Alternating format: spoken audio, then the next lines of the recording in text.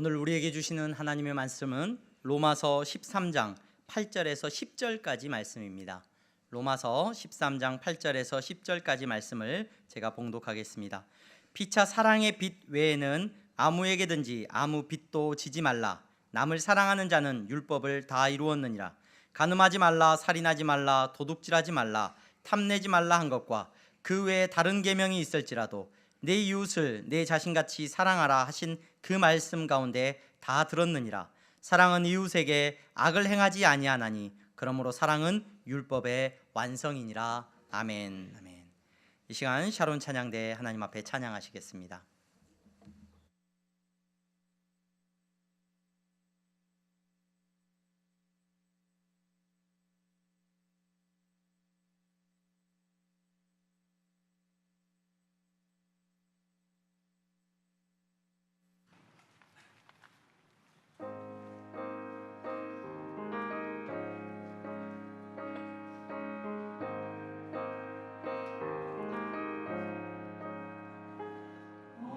속에 매이던 내 영혼 갈 길 몰라 방황할 때에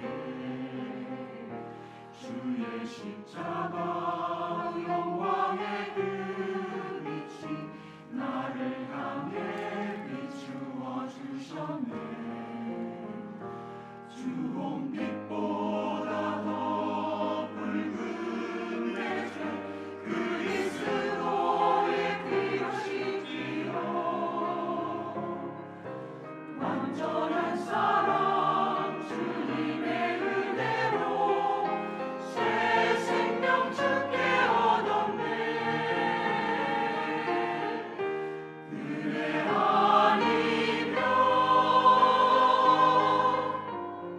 나서지 못하네. 십자가의 그 사랑 능력 아니면 나서지 못하네. 은혜 아니면 나서지 못하네. 놀라운 사랑 그 은혜 아니면 나서지 못하네. 나의 노력과 의지가 아닌 오직 주님의 그 뜻 안에서 의로운 자라 내게 말씀하셨네. 완전하신 그 은혜로 은혜 아니면 나서지 못하네. 십자가의 그 사랑 능력 아니면 나서지 못하네. 은혜 아니면 나서지 못하네. 완전한 사랑 그 은혜 아니면 나서지 못하네. 이제 나 사는 것 아니요 오직 예수 내 안에 살아계시니 나의 능력 아닌 주의 능력으로 이제 주와 함께 살리라. 오직 은혜로 나 살아가리라.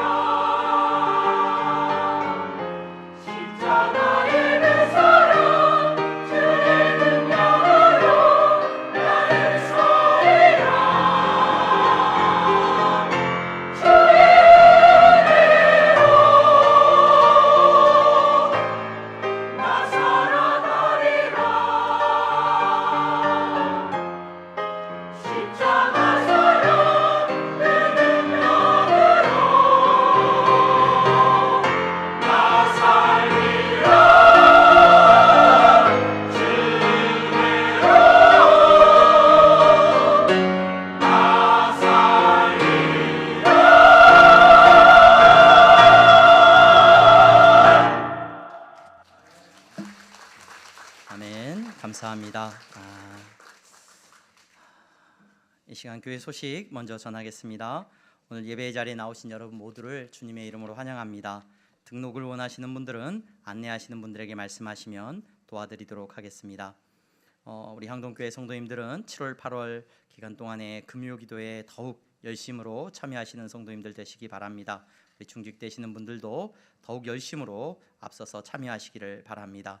우리 새가족 모임이 10시 30분에 1층 105실에서 모입니다. 다음 주에는 우리 장로님들과 또 전도의 리더들 인사하는 시간이 있습니다. 준비해 주시기를 바랍니다.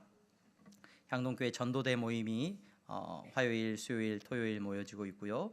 전도대에서 전도용품으로 작은 부채를 만들었는데 오늘 아마 이렇게 나눠 드리기도 했을 겁니다. 그래서 필요하신 분들은 가지고 가셔서 또 이렇게 전도하는데 사용하시고 또 사용하시면 좋을 것 같습니다. 유년부 초등부 성경학교가 오는 토요일 27일부터 시작을 합니다.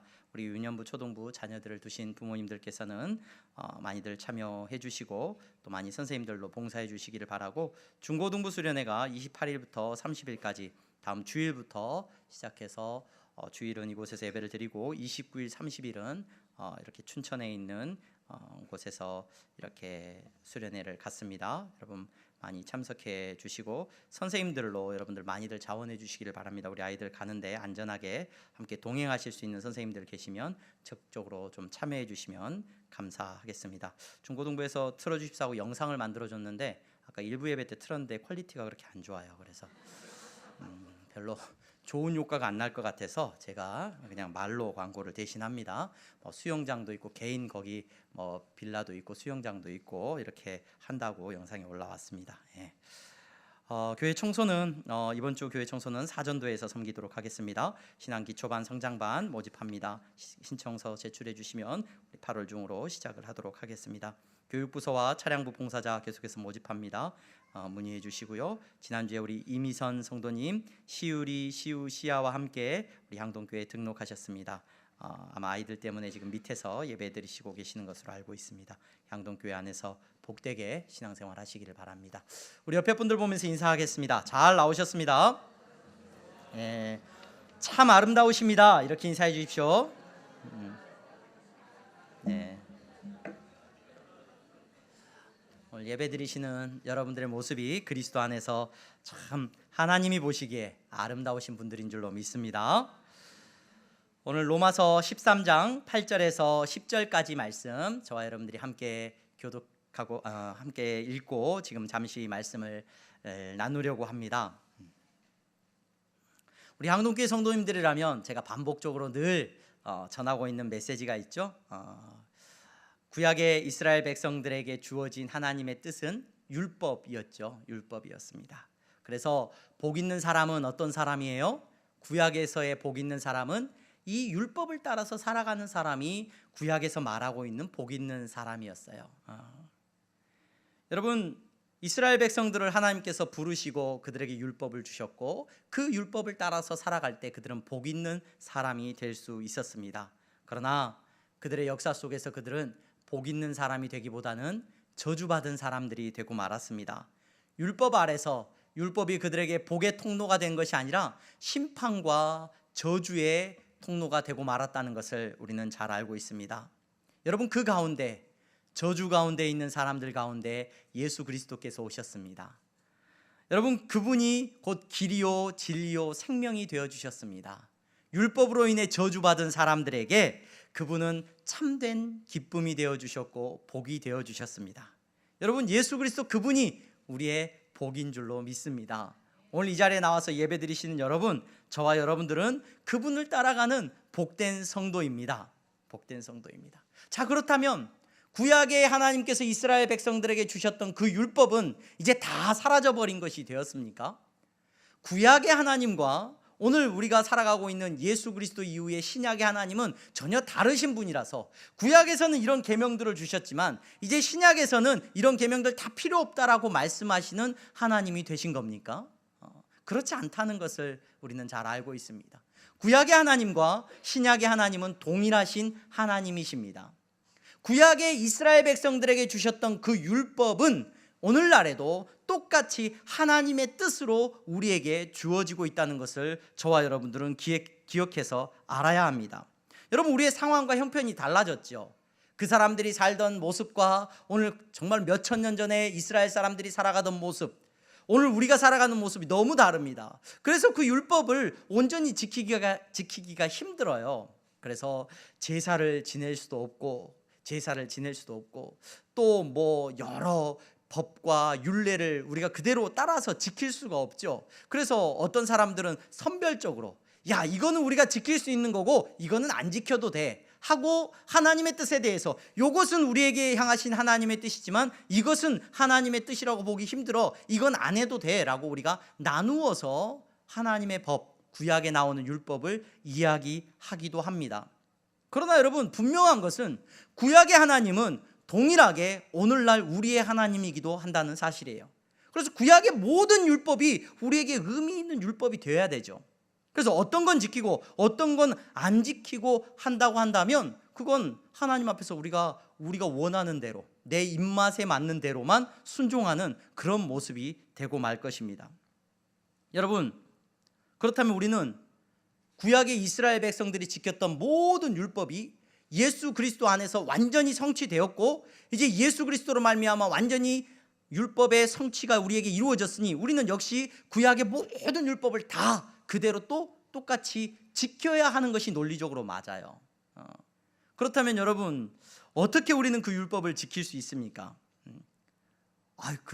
제사를 어떻게 지내고 절기를 어떻게 지키고 또 뭐 모든 노예, 또는 음식 이런 걸 다 지켜야 되는 말입니까?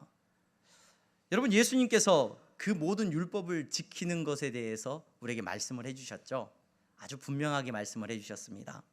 마태복음 22장, 마가복음 12장, 누가복음 10장에 보면은 예수님께서 하신 말씀이 이 제자들에 의해서 정확하게 기록이 되고 있습니다.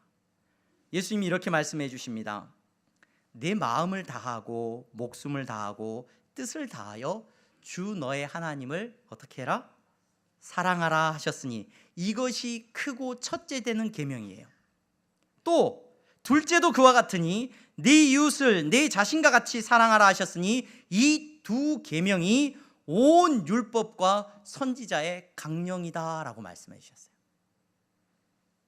여러분, 예수님을 따라가는 여러분, 구약의 이스라엘 백성들에게 주셨던 모든 율법을 예수님께서 우리에게 가르쳐 주셨어요. 뭐라고 가르쳐 주셨어요? 하나님을 사랑하는 것과 내 이웃을 내 몸처럼 사랑하는 것, 그것이 오늘 하나님의 뜻이고 모든 율법을 완성하는 법이라고 예수님이 가르쳐 주셨습니다. 그래서 예수님을 따라간다는 것은 난 예수님을 따라가는 사람이야, 난 예수 믿고 구원받았어, 이제 예수님을 따라가는 사람이 되었어. 여러분, 그건 분명한 겁니다. 내가 예수님을 따라가는 삶을 산다는 것은 분명한 거예요. 뭐예요? 하나님을 사랑하고 내 이웃을 내 몸같이 사랑하는 것, 이것이 예수님을 믿는 삶이에요. 이것이 예수님을 따라가는 삶이라는 것을 예수님은 계속해서 말씀하십니다. 여러분, 다시 말씀드리면 사랑하는 사람, 하나님을 사랑하고 내 이웃을, 내가 만나는 모든 사람들에게 여러분 그리스도의 사랑으로 사랑하는 사람이 구약에서 말하는 복 있는 사람이에요. 여러분, 사랑하는 사람이 복 있는 사람이고 그 사랑하는 사람이 똑바로 길을 가고 있는 거예요. 아무리 그럴듯한 이름을 가지고 있고 종교적인 어떤 열심을 가지고 있고 종교적인 행위를 가지고 있다고 할지라도 여러분, 하나님을 사랑하는 것이 없고 또 내 이웃을 사랑하는 것이 없다면 그 사람은 틀림없이 잘못 가고 있는 겁니다. 조금 더 심하게 말하겠습니다. 사랑하지 않는 사람은 하나님 나라와 상관이 없다는 거예요. 여러분, 그래서 기독교의 진리는 이 사랑 안에 다 녹아들어 있다라고 많은 사람들이 이야기를 하고, 여러분, 교회 다니는 사람의 가장 큰 특징을 이야기하라고 한다면 여러분, 이 사랑을 떼어놓고 이야기할 수가 없습니다. 바울은 그리스도인의 삶에 대해서 권면을 하죠. 바울은 편지를 쓸 때마다 여러분, 우리는 예수 그리스도를 믿는 믿음으로 구원을 얻었습니다. 예수님 때문에 우리는 살게 되었습니다. 그분이 우리를 위하여 죽어주셨습니다. 그분으로 말미암아 우리가 구원받지 않았습니까? 다른 어떤 행위나 율법이 아니라 그분의 사랑으로 우리가 살게 되었습니다 라고 권면합니다. 그리고 나서 이제 그러한 우리는 예수님을 따라가는 삶을 살아야 됩니다 가르칩니다. 예수님을 따라가는 삶이 뭐냐? 바울이 쓴 서신서들을 어제 다시 한번 제가 다 뒤적이면서 다시 한번 확인을 했어요. 바울이 말하고 있는 로마서, 고린도전후서, 갈라디아서, 에베소서, 빌립보서, 빌레몬서, 디모데전후서 전부 다 바울이 말하고 있는 예수님을 따라가는 삶은 사랑이에요. 사랑. 로마서에 오늘 우리가 읽은 말씀에도 그렇게 나와 있고, 고린도전서 13장 여러분 너무 잘 아시죠? 고린도전서의 말씀들을 착 성도들에게 권면하면서 여러분 뭐라고 말하고 있습니까? 사람의 방언과 천사의 말을 할지라도 사랑이 없으면 소리나는 구리와 울리는 꽹과리가 된대. 그러면서 사랑을 이야기합니다. 고린도 후서에서도 마찬가지입니다. 너희 사랑을 나타내라고 말을 합니다. 2장 8절에, 갈라디아서 5장 14절에 온 율법은 내 이웃 사랑하기를 내 자신같이 하라 하신 말씀에서 이루어졌다. 에베소서 5장 2절, 그리스도께서 너희를 사랑하신 것 같이 너희도 사랑 가운데서 행하여라. 빌립보서 2장 2절, 마음을 같이하여 같은 사랑을 가지고 뜻을 합하여 한 마음을 품어라. 골로새서 3장 14절, 이 모든 것 위에 사랑을 더하라. 데살로니가전서, 형제 사랑에 대해 내가 너희들에게 쓸 것이 없음은 너희들 자신이 하나님의 가르치심을 받아 서로 사랑하기 때문이다. 여러분, 디모데전서, 이 교훈의 목적은 청결한 마음과 선한 양심과 거짓이 없는 믿음에서 나오는 사랑이다. 디도서, 빌레몬서, 바울이 쓰고 있는 모든 그리스도인의 삶에 대해서 이야기하는 핵심은 뭐예요? 사랑이에요. 사랑. 그리스도 안에서 사랑하는 거예요. 그게 예수님 따라가는 삶이에요. 오늘 이 자리에 나오신 여러분, 예수님 따라가시는 여러분들은 하나님을 사랑하고 내 이웃을 내 몸과 같이 사랑하는 사람들인 줄로 믿습니다. 바울은 오늘 우리가 읽은 로마서 13장에서 이 사랑을 이제 이야기를 하고 있는데요, 이 사랑을 끄집어내는 매개체가 하나 있어요. 단어가 하나 있어요. 앞서서 지난주에 우리가 살펴봐서 13장 1절에서 7절까지의 말씀을 보면은 바울이 권세에 복종해야 되는 것에 대해서 우리가 그것이 무엇을 의미하는지를 살펴보았는데, 그 메시지를 전하면서 7절 말씀에 들어서면서 이런 권면을 합니다. 그래서 세금 낼 거 다 내고 절대로 사람들과의 관계 속에서 뭐 하지 말아라 라고 말을 하냐면 빚지지 말아라 그래요. 빚지지 말아라. 그게 우리말 성경에는 모든 자에게 줄 것을 주되 이렇게 되어 있어요. 줄 것을 주되. 이 줄 것을 주라는 말이 오페일레라, 줄 것이라는 말이 오페일레라는 말인데, 이 말이 8절 말씀에 똑같이 나와요. 그 똑같은 단어가 나와요. 그 단어가 뭐예요? 빚이에요. 빚. 바울은 어떤 단어가 나올 때마다 편지를 쓰다가 어떤 단어가 나오면 막 반응을 해요. 특별히 어떤 단어에 그렇게 반응을 하냐면 예수님, 예수 그리스도. 편지를 쓰다가 예수 그리스도라는 이름이 나오면 하나님의 사랑이신 예수 그리스도, 하나님의 아들이신 그분, 그래서 그분에 대해서 막 설명을 해요. 근데 그렇게 특별히 반응하는 한 단어가 또 하나 있는데, 오늘 우리가 읽은 이 본문에 나오는 빚이라는 단어예요. 빚지다라는 단어예요. 바울은 서신서 로마서 1장 15절에서 이런 말을 하죠. 내가 헬라인이나 야만인이나 지혜 있는 자나 어리석은 자에게 내가 어떤 사람이라고 말을 해요? 빚진 사람이다, 이런 말을 해요. 또 로마서 8장 12절에 보면 우리가 다 빚진 사람입니다. 그러니 우리는 육신에게 져서 육신대로 살 것이 아닙니다 라고 로마서 8장에도 그렇게 권면을 하고 있어요. 이 빚지다라는 단어가 나오면 바울은 굉장히 민감하게 반응을 해요. 그래서 13장 7절 말씀에 이 줄 것을 주다, 빚진 것을 갚아라, 이런 말이에요. 빚진 것을 빚지고 살지 말라는 권면이에요. 그러면서 8절에 들어서면서 빚지다라는 말이 딱 등장을 하니까 바울이 바로 반응해요. 빚졌지, 내가 빚졌지. 그래, 빚졌지. 여러분, 다른 것에서는 빚지지 마십시오, 이렇게 바울이 권면을 합니다. 왜냐하면 이 빚의 속성을 바울이 잘 알았던 것 같아요. 여러분, 빚을 지게 되면 그 빚이 나를 올가매죠. 여러분, 금전적인 빚을 져보신 분들은 아마 알 겁니다. 내가 수고하고 노력해도 내가 빚을 지고 있으면 그 빚이 나를 다 움직입니다. 내 모든 기쁨도 빼앗아가 버리고 모든 것이 그 빚에 종속되는 것을 우리는 경험하게 됩니다.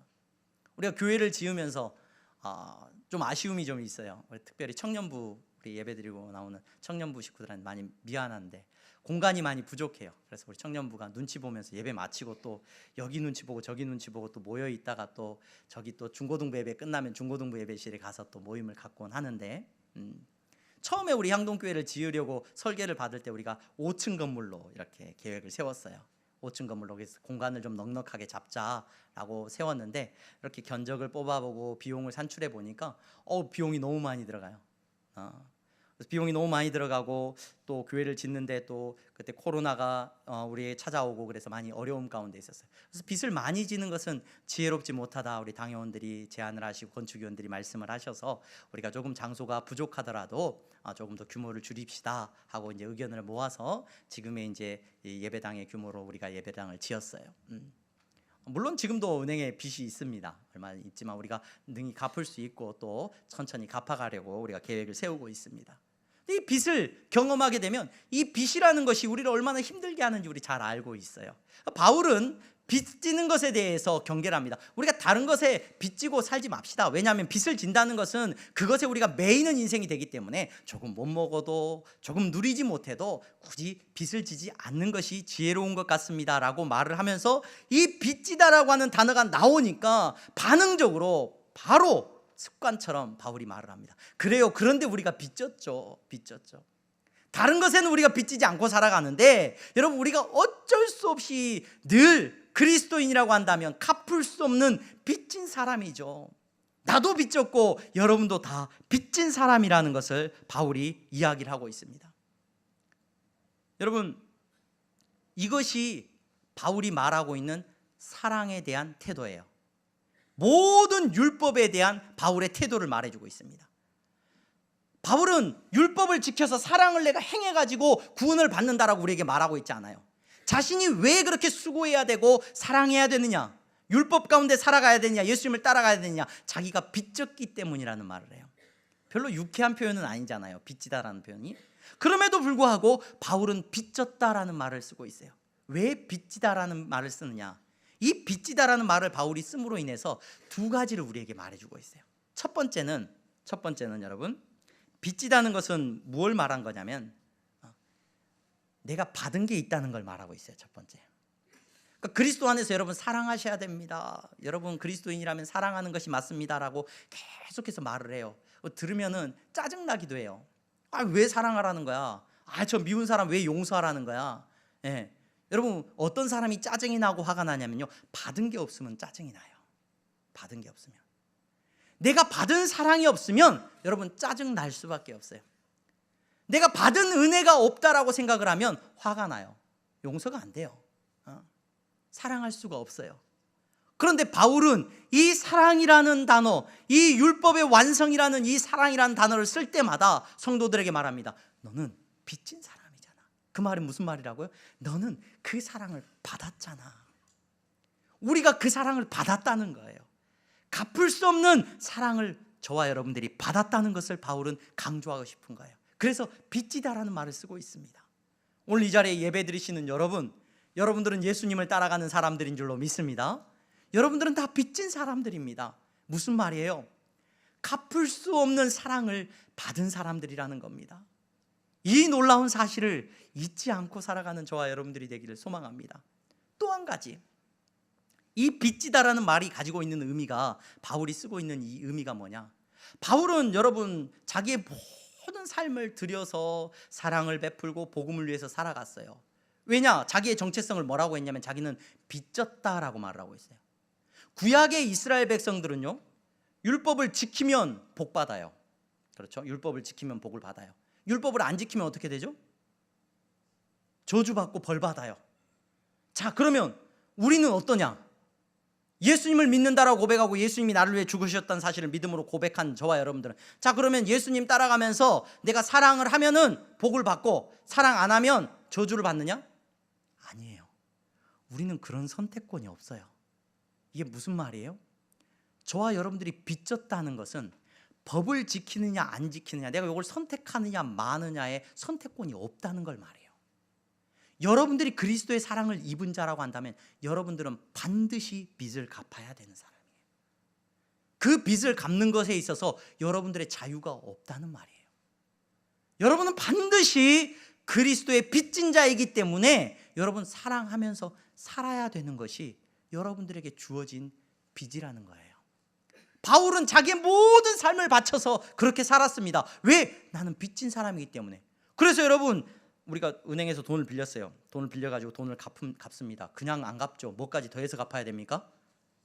이자까지 더해서 갚아야 됩니다. 그러면 이자까지 더해서 갚으면 은행에서 감사합니다 그런가요? 그러지 않죠. 예. 그러지 않아요. 제가 은행에 가서 이자 내면서 감사합니다는 얘기 들어본 적 없는 것 같아요. 은행에 돈 빌리러 가면 얼마나 은행의 직원들이 이게 높아 보이는지요. 예. 어깨에 힘이 들어가 있는지 몰라요. 예. 빌린 돈을 갚을 때는 당연한 걸 갚는 거예요. 여러분, 바울이 말하고 있는 빚진 자라는 말과 사랑이라는 말을 섞을 때 바로 그런 의미가 있습니다.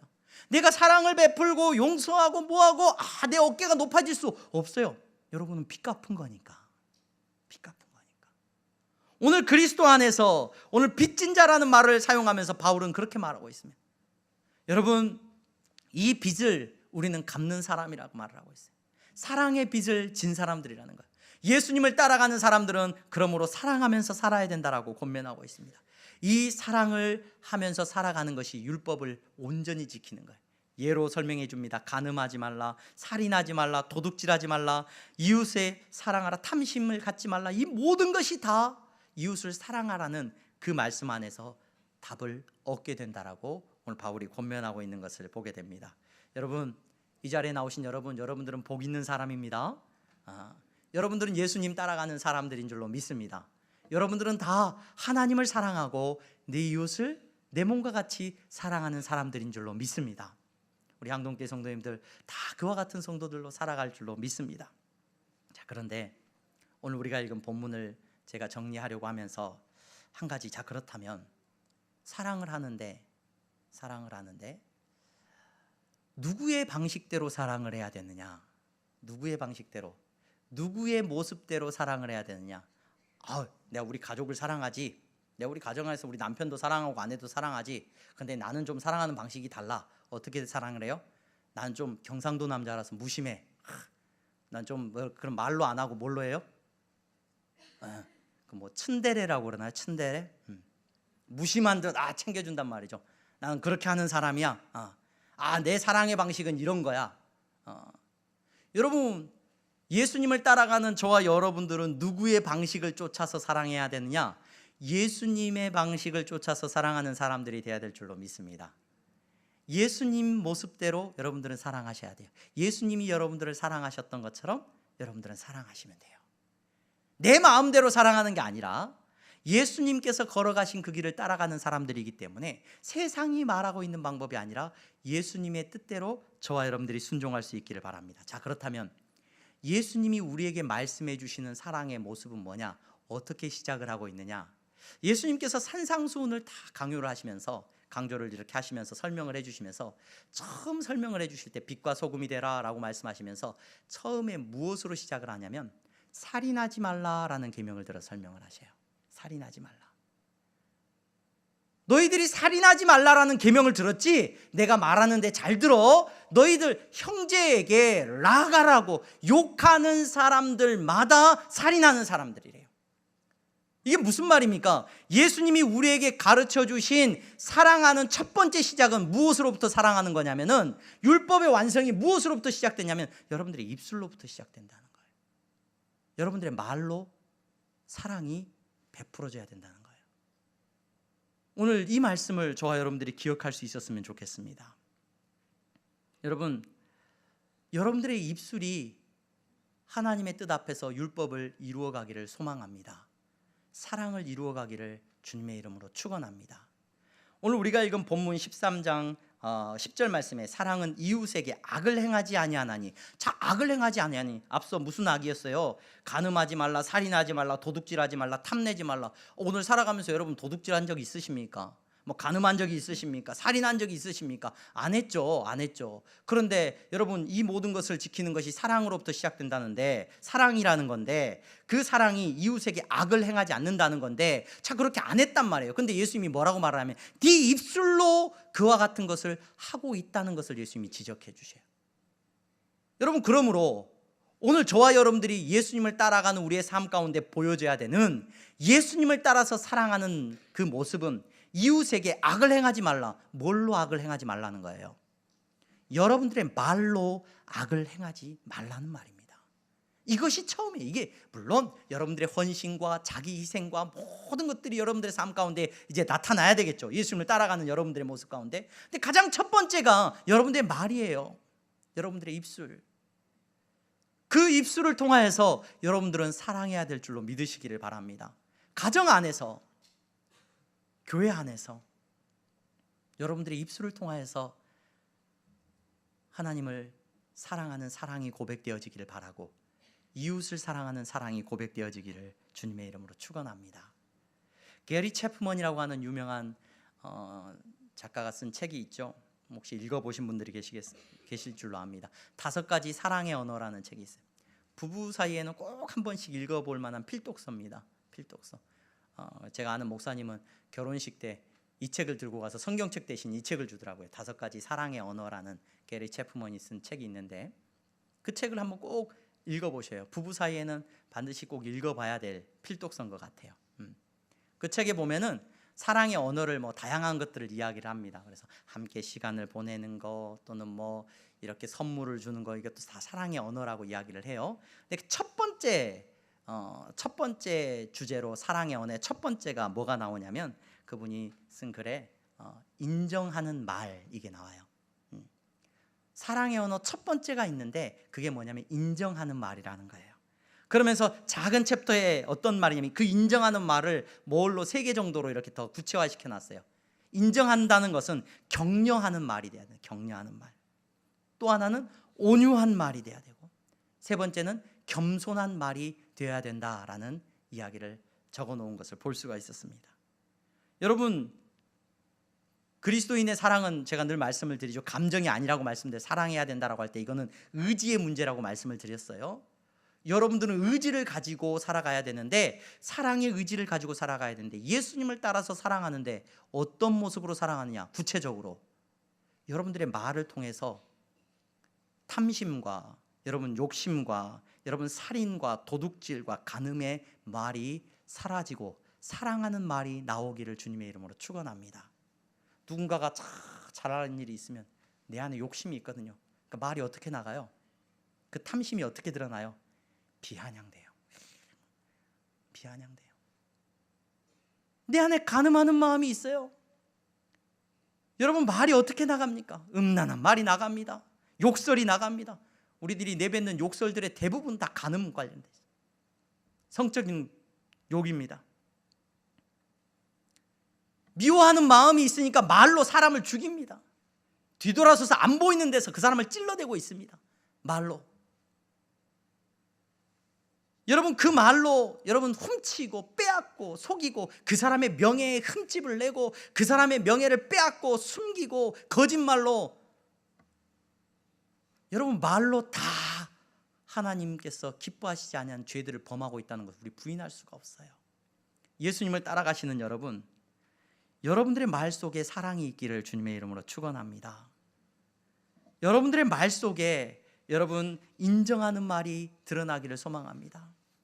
격려하는 말, 온유한 말, 겸손한 말이 나타나기를 소망합니다. 예수님이 그렇게 말씀해 주셨습니다. 예수님은 정죄하지 않으셨습니다. 예수님은 칭찬해 주셨습니다. 예수님은 위로해 주셨습니다. 가정 안에서 부부가 서로를 향하여서 여러분 이와 같은 사랑이 나타나기를 주님의 이름으로 축원합니다.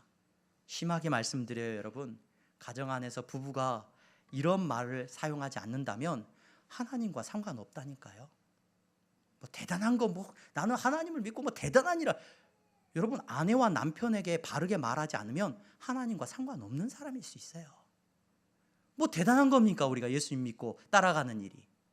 교회 안에서 여러분 그 말을 들어보면 그 말 속에 저 사람이 예수님 따라가는 사람이구나, 안 따라, 뭐 예수님 따라가는 거 막 헌금을 막 몇백억씩 하고 막 교회를 짓고 막 헌신하고 막, 그게 예수님 따라가는 거예요.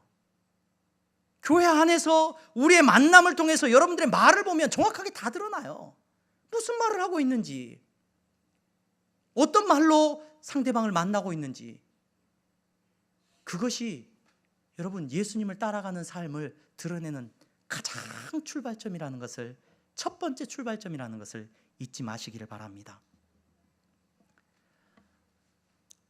김창옥 씨라는 분이 계시죠. 강연을 자주 다니시는 김창옥 씨라는 분이 계시더라고요. 그분 강연을 직접 들을 기회가 있었어요. 전에 부목사 생활할 때 부목사님들 다 모아놓고 그 한 200여 명 정도 우리가 모였을 때 그 김창옥 씨를 모셔다가 강연을 한번 들었어요. 근데 그분이 한 강연 중에 지금은 보니까 찾아보니까 영상으로도 많이 돌아다닙니다. 그래서 한 번쯤은 들어보면 유익한 강연들을 많이 하시더라고요. 근데 그분이 그런 강연을 그때 이제 했습니다. 여러분, 결혼을 할 때 모국어가 좋은 사람을 만나셔야 됩니다. 이런 강연을 해요. 모국어가 좋은 사람을 만나야 됩니다. 뭐 남편을 만날 때 모국어를 잘 보셔야 됩니다. 이런 이야기들. 여자를 만날 때도 모국어를 잘 살펴보셔야 됩니다. 이 모국어가 뭐냐? 모국어가 뭐예요? 모국어 다 대한민국 사람 다 국어인데 그 모국어는 부모님이 쓰신 언어가 모국어라는 거예요. 부모님이 쓴 언어가. 그래서 결혼을 하게 되면 결혼하고 연애할 동안에는 모국어가 안 나온대요. 모국어가 안 나오는데 결혼을 딱 하고 나면은 일상의 삶으로 딱 들어가게 되면 모국어가 나온대. 자기 모국어가. 그 상황이 되면은 부모님이 내뱉었던 말을 나도 똑같이 내뱉더라는 거죠. 그래서 모국어가 예쁜 사람을 만나야 된다. 모국어가. 그래서 부모님을 만나보고 결혼하기 전에 그 모국어가 어떤 건지를 잘 파악을 해야 된다라는 이야기를 하더라고요. 굉장히 공감이 갔습니다.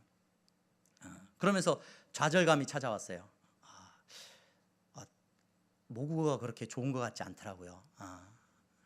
오늘 여러분 모국어가 다 괜찮으십니까? 제가 주변에 많이 물어보니까 다들 험난한 삶을 사셨더라고요. 모국어가 그렇게 좋지 않아요. 대한민국 분들의 모국어가.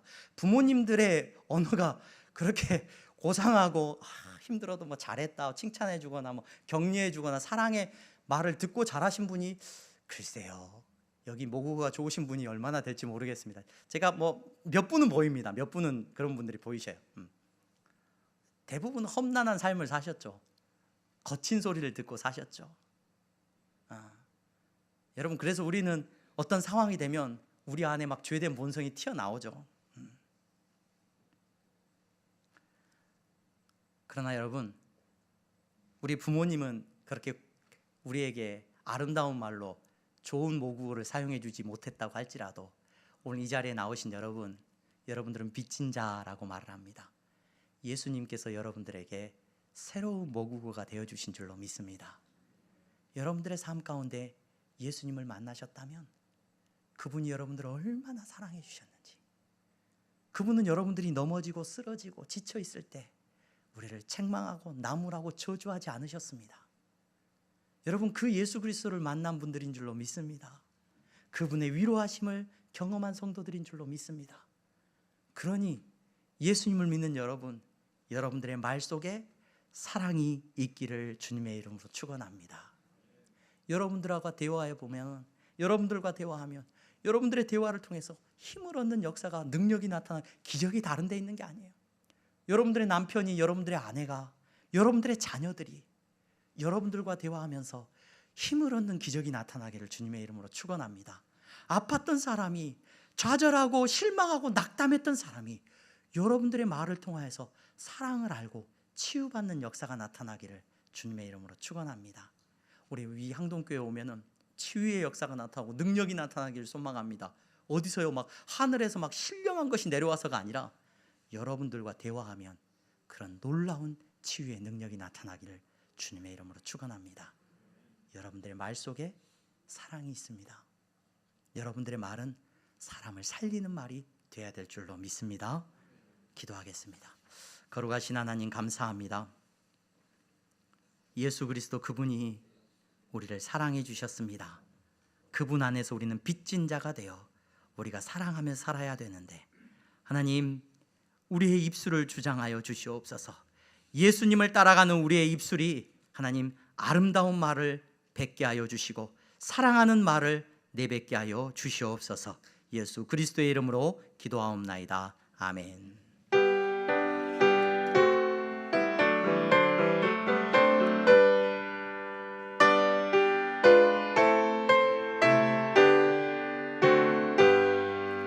나의 생명 드리니 주 주셔서 세상 살아갈 동안 찬송하게 하소서. 나의 보화 드리니 주여 받아 주셔서 하늘나라 위하여 주 뜻대로 쓰소서.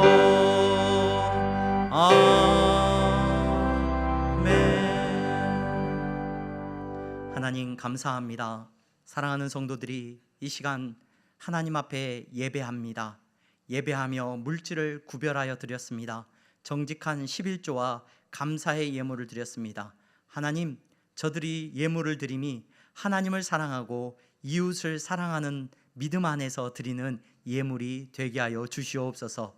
저들의 그 믿음의 고백대로 저들의 삶에는 하나님 사랑을 베풀 수 있는 능력이 있기를 소망합니다. 하나님, 입술로 저들의 사랑이 나타나기를 원하고 저들의 삶에 가는 곳마다 저들을 힘있게 하여 주셔서 아버지 하나님, 저들의 형편과 환경을 주님이 열어주셔서 가난한 자들에게 나누게 하시고 하나님, 줄인 자들에게 먹을 것을 베풀 수 있는 능력의 종들이 다 될 수 있도록 하나님 축복하여 주시옵소서. 선교의 예물을 드립니다. 건축원금을 드렸습니다. 장학헌금을 드렸습니다. 하나님의 나라를 위하여 쓰임받기를 원하고 하나님의 나라를 위하여 쓰임받으며 드리는 예물이오니 주님이 사용하시고 하나님의 나라가 우리 가운데 이루어져 나가게 하여 주시옵소서. 아버지 하나님, 주님께 드리고 싶은데 드릴 것이 없는 가난한 마음으로 주님 앞에 나온 성도들이 있습니다. 아버지 하나님 앞에 드릴 것이 없고 일용할 양식을 걱정하는 성도들이 있습니다. 하나님, 직장의 문제로 고민하고 염려하고 있는 성도들이 있습니다. 큰 빚으로 인하여서 힘들어하고 있는 성도들이 있습니다. 주님, 위로하여 주시고 더 큰 믿음의 소망을 허락하시고 능력을 더하여 주시옵소서. 예수 그리스도의 이름으로 기도하옵나이다. 아멘. 다 함께 일어나서 찬양하겠습니다.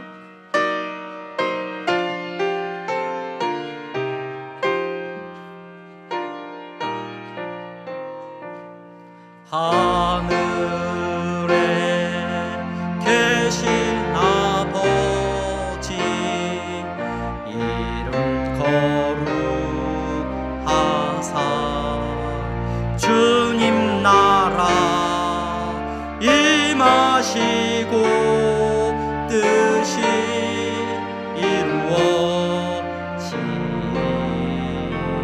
이루어지다. 일용할 양식 주시고 우리들의 큰 죄 다 용서하옵시고 또 시험에 들게 마시고 악에서 구원하소서. 되게 주의 나라 주의 권세 주의 영광 영원히